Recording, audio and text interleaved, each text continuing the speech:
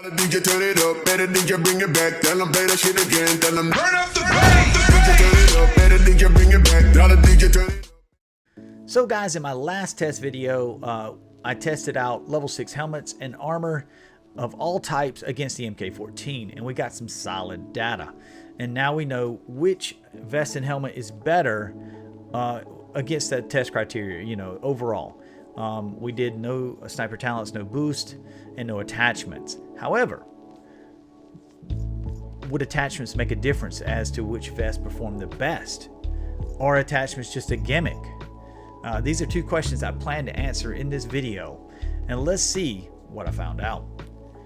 And so we will put out the results, then we will analyze the results and hopefully find out which vest is the best overall against meta ammo types being shot by a meta weapon MK14, obviously refined. So let's get into the test results. So guys, we're going to be looking at a brown or regular vest with 2 nylon straps. And how does it perform against high explosive? It takes 6 to knock, and it has a 404 on damage. The emulating took 6 to knock and has a 382 damage, which is a little less, and emulating with effect took 5 to knock, but like I said, this is very impractical. It's just this kind of stuff that you normally wouldn't do. I mean, you have to let the effect wear off and then you get knocked. So that's really impractical, but we did it anyway. But we did not use toxic ammo because it seemed to be kind of gimmicky in our last test. So we just excluded it from this. The emulating with effect had a 386 on the damage. Now let's move on. So right off the bat, you guys see a big jump in damage. So the nylon straps definitely have done some damage. However, steel plates right off the bat, you notice it takes 1 more shot to knock. So you're going up to 7 to knock with high explosive at 943 damage. Emulating, you got 7 to knock at 900 damage. And with emulating with effect, it's 6 to knock with 928. However, I almost just want to ignore those because, yeah, that's not going to happen.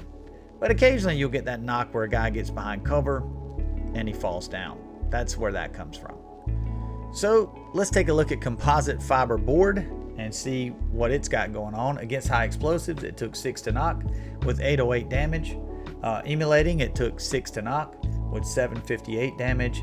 And emulating with effect, 5 to knock with 772. Yeah, let's move on. All right, let's see how the one-eyed cobra performed with nylon straps against high explosive. 5 to knock with 337 damage. You see it right away. The damage goes way lower with nylon straps. The emulating, it took 6 to knock with 382 damage, and emulating with effect, 5 to knock with 386 damage. So with steel plates, your hits to knock jump up to 6. With 808 damage on high explosive.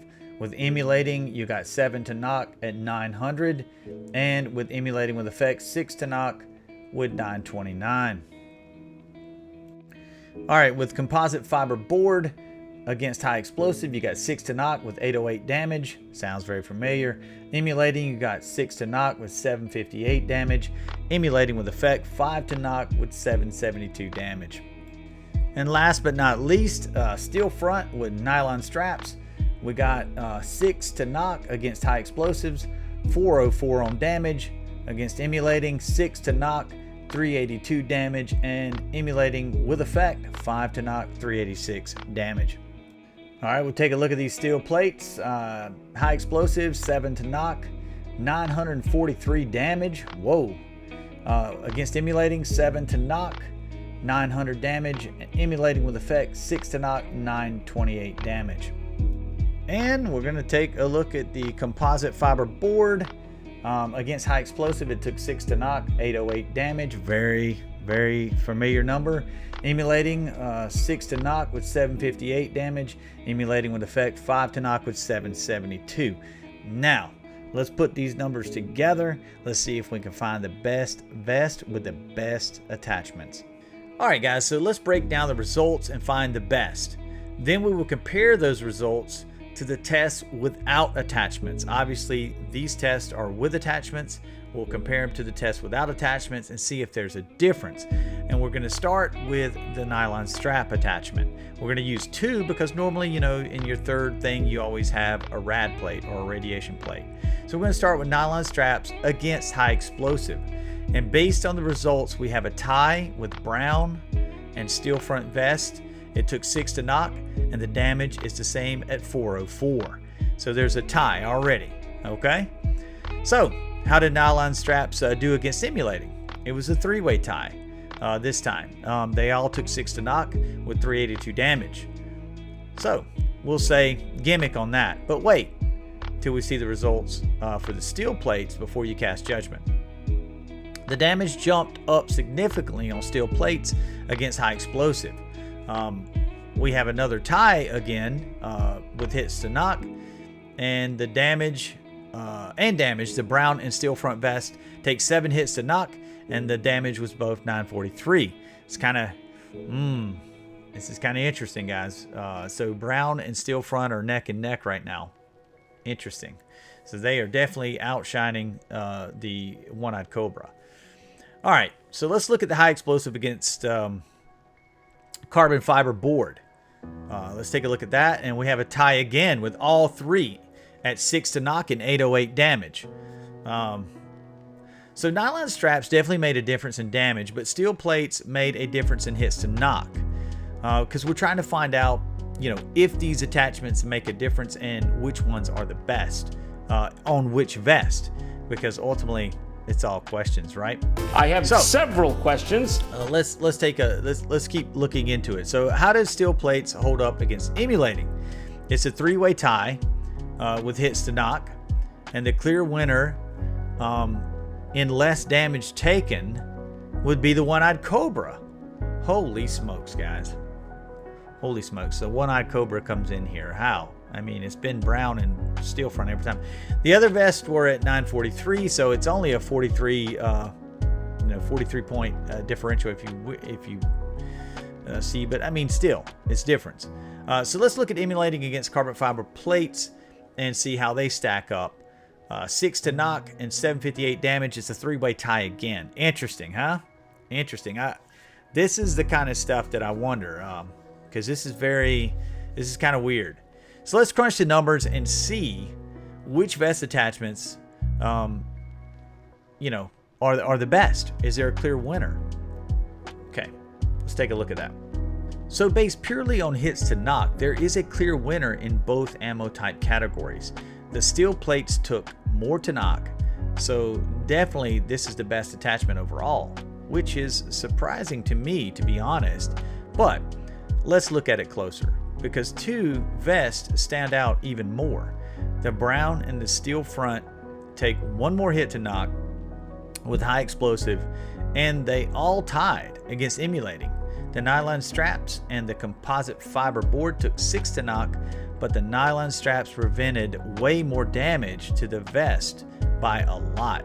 So based on these numbers, the attachments that made a difference was steel plates and nylon straps, but I feel the composite fiber board are purely a gimmick.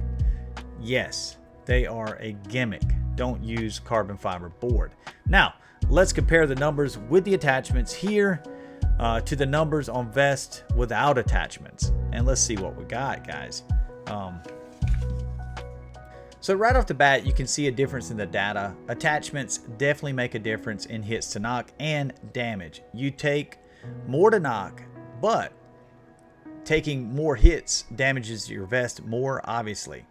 So in conclusion, the high performers were the brown or regular vest and the steel front vest.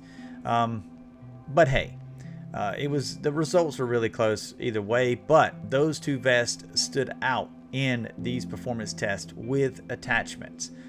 In my opinion, based on the current results, the current vest meta is all wrong. The current vest meta is 2 nylon straps and a rad plate, which, I mean, if you're playing advanced maps, you're going to have a rad plate. That's why I only put 2 attachments for my test.